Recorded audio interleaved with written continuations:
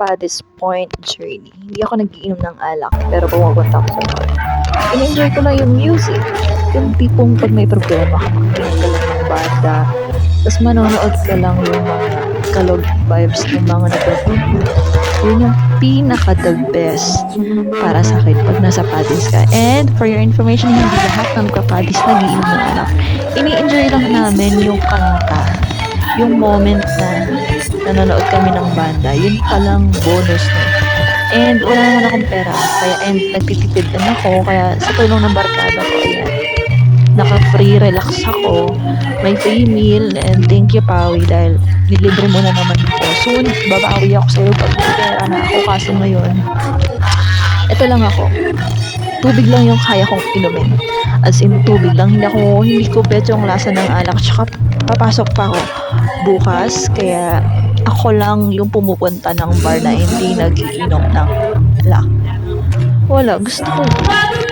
Ang sarap-sarap yung kinda ng music. Tapos, tambay ka lang. Tapos, yun. Makikipulutan ka lang. After ng pulutan, ayun na. Diba? And for me, I'm always, kahit barto, puro inuman, syempre nagdadasal pa rin ako ng maayos na buhay. Lagi akong nagdadasal kay Lord na kahit saan ako mapadpad, huwag na akong hayaang mapahamak. And sa buhay, kailangan mag-enjoy ka. Harapin mo yung realidad ng buhay. And be yourself. Kung malaking ngipin mo or kung ano ka man, enjoy mo yung moment na nabubuhay ka sa mundo. Kasi one day pag namatay ka, baka pag-isihan mo na hindi mo experience mag-bar, mag-party lang. Yun lang.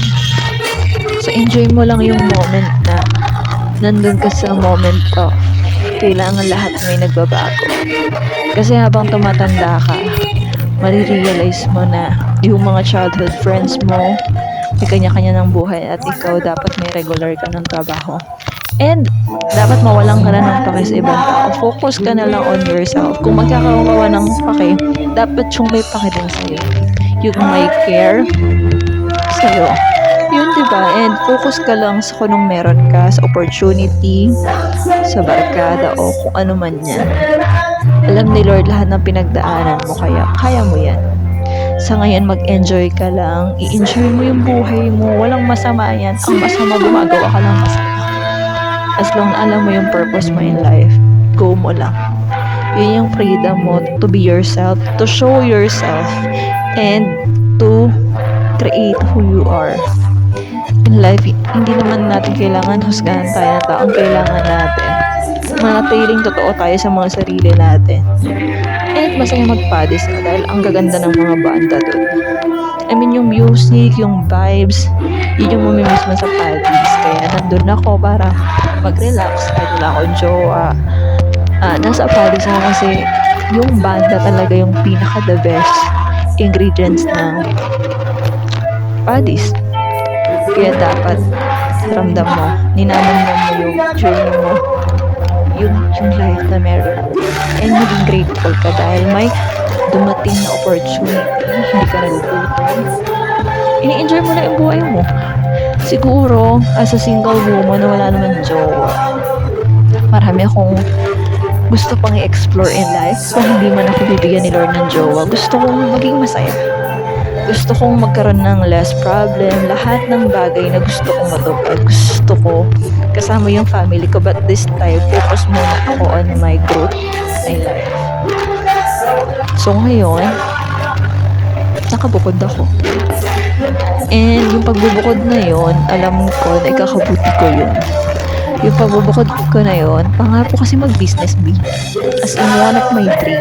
Kasi single woman na wala naman jowa, pangarap ko magnegosyo. So, kailan darating yung moment na magbi-business din ako?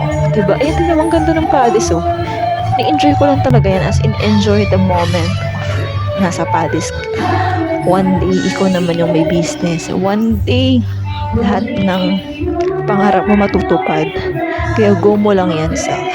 Love you. Mahal na mahal kita, self. Yun lang, at sana kayanin mo lahat.